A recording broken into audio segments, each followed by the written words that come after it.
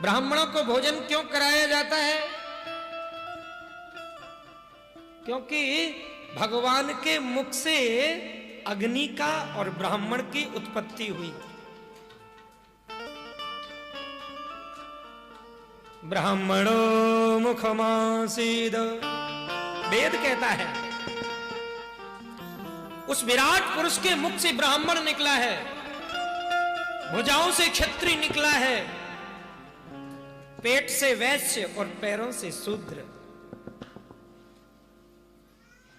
और अग्नि मुखादरग्निरजायत,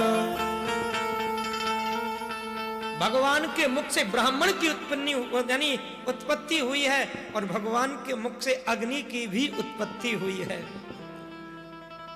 और जो अग्नि में आहुति डालता है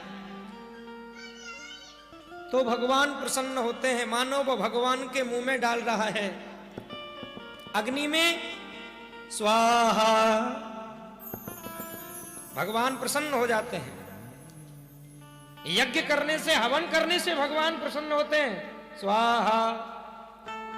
और ब्राह्मण के मुंह में आहा। ब्राह्मण अगर भोजन करके अपने पेट पर हाथ फिराए, डकार ले और उसके मुंह से निकल जाए आहा, तो समझ लो भगवान प्रसन्न हो जाता है, क्योंकि ब्राह्मण भगवान का मुख है।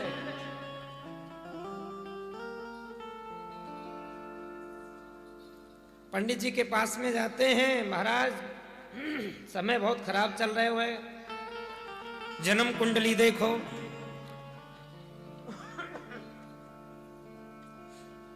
पंडित जी बताते हैं, बोले सुनो, राहु की दशा चल रही है, गुरु की 8वां गुरु चल रहा है, शनि की 7.5 चल रही है, मंगल की पूर्ण दृष्टि है,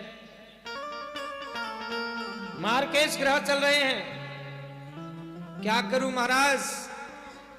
बोले किसी ब्राह्मण को भोजन करा दो, सब ग्रह शांत हो जाएंगे। घर में कोई औत प्रेत अगर नाराज होता है, घर के कुल देवता नाराज होते हैं, तो किसको भोजन कराया जाता है? ब्राह्मण को।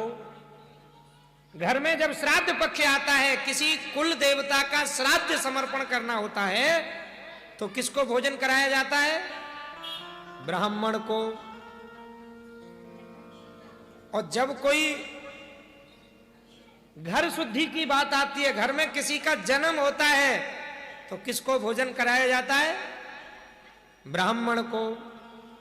घर में जब कोई शरीर पूरा कर जाता है, मर जाता है, घर में सूतक लग जाती है, तो पवित्र कैसे होता है घर? किसको भोजन कराया जाता है पहले? ब्राह्मण को।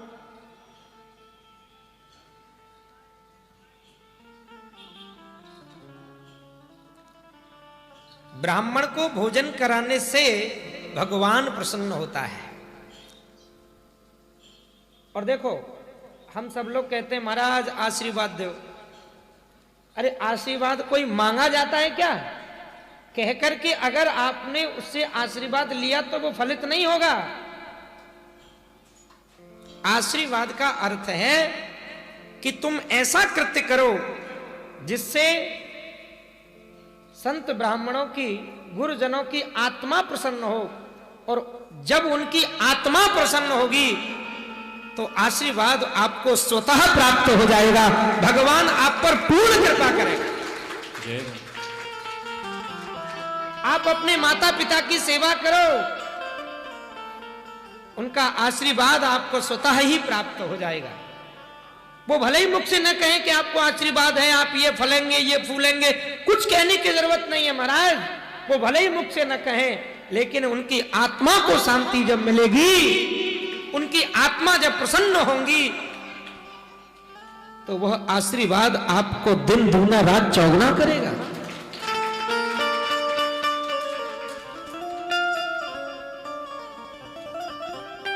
इसलिए हमें ऐसा कृत्य करना है। हमारे करने से सामने वाले की आत्मा प्रसन्न हो, हमारे माता पिता की आत्मा प्रसन्न हो, संत ब्राह्मण की आत्मा प्रसन्न हो, गुरुजनों की आत्मा प्रसन्न हो।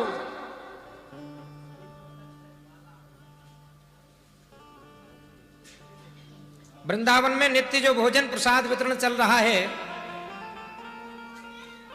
क्या हम उनसे कहते हैं कि तुम हमें आशीर्वाद दो, या अमुक व्यक्ति की तरफ से आज भोजन है तुम आशीर्वाद दो उनको? नहीं, हमने तो आज तक नहीं कहा। लेकिन जब वो पेट भर के सोते हैं तो उनकी आत्मा बगैर कहे सुने आशीर्वाद देती है, और लोगों को लाभ मिलता है, वो मिल रहा है।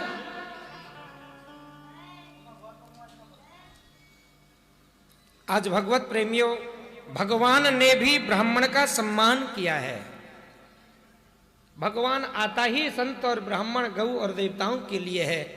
विप्रधेनु सुर संत हित, भगवान किसके लिए आया? सबसे पहले ब्राह्मण का नाम लिया, विप्रधेनु।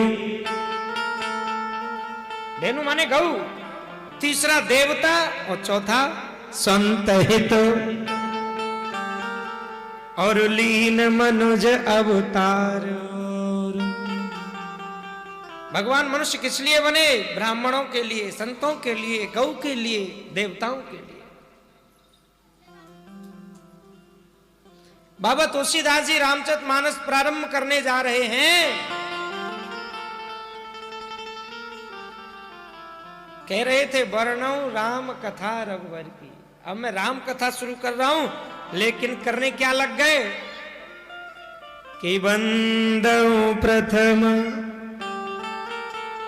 महीसुर चरना। सबसे पहले बाबा तुलसीदास जी ने ब्राह्मणों के चरणों की वंदना करी।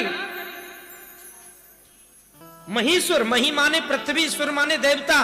पृथ्वी के देवता कौन? ब्राह्मण।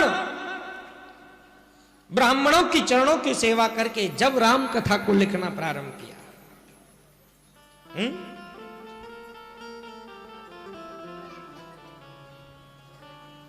ब्राह्मण पूजनीय क्यों है? बोले देवाधीनम जगत सर्वम, सारा जगत किसके अधीन है? देवताओं के। देवाधीनम जगत सर्वम, देवताओं के अधीन सारा जगत। और मंत्राधीनश्च देवता, संसार देवताओं के अधीन है और वो देवता मंत्र के अधीन है।